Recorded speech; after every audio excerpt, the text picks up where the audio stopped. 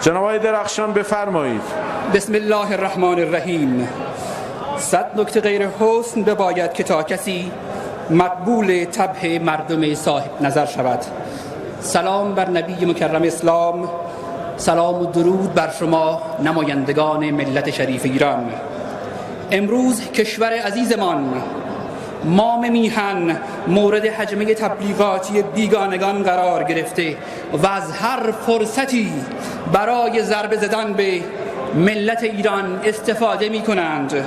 در شرایطی که کشورهای عربی به دامان اسرائیل پناه برده‌اند و اتحاد منحوس عربی، عبری، غربی موجب ناامیدی اسلام و اسلام دوستان شده است، در این برهه خاص تاریخی می طلبد که همه نیروهای نظام، دولت، مجلس، جناحهای سیاسی بدور از هر گونه تنش همگی برای اطلاع ارزش‌های نظام اسلامی و نام پرآوازه ایران متمدن اسلامی در کنار هم باشند.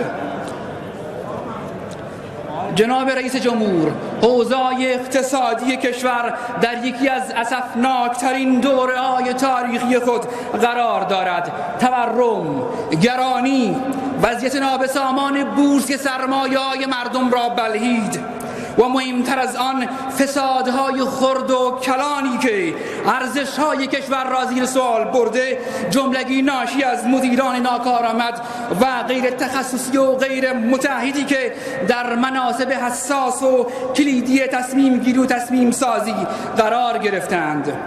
جناب رئیس جمهور، نمایندگان ملت، استان سیستان و بلوچستان تنها استانی است که 95% تصمیم گیران و تصمیم سازان حوزه سیاسی و امنیتیش از خود استان نیستند، گرچه مدیرانی متعهد تلاشگر هستند که دلسوزانه برای استان تلاش می نمایند، اما برای تصمیم گیری و تصمیم سازی در مورد سرنوشت یک سرزمین و مردمانش بایستی شناخت کافی از آن مردمان داشته باشیم.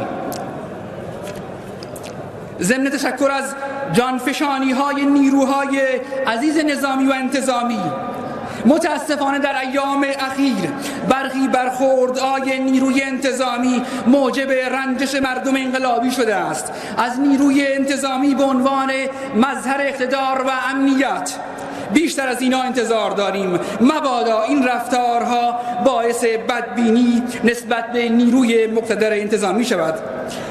همکاران عزیزم، کاش انتخابات ریاست جمهوری برای همه مردم ایران یکسان می بود و همه کودکان مستعد و توانمند این سرزمین آرزوی رسیدن به این مقام را داشته باشند.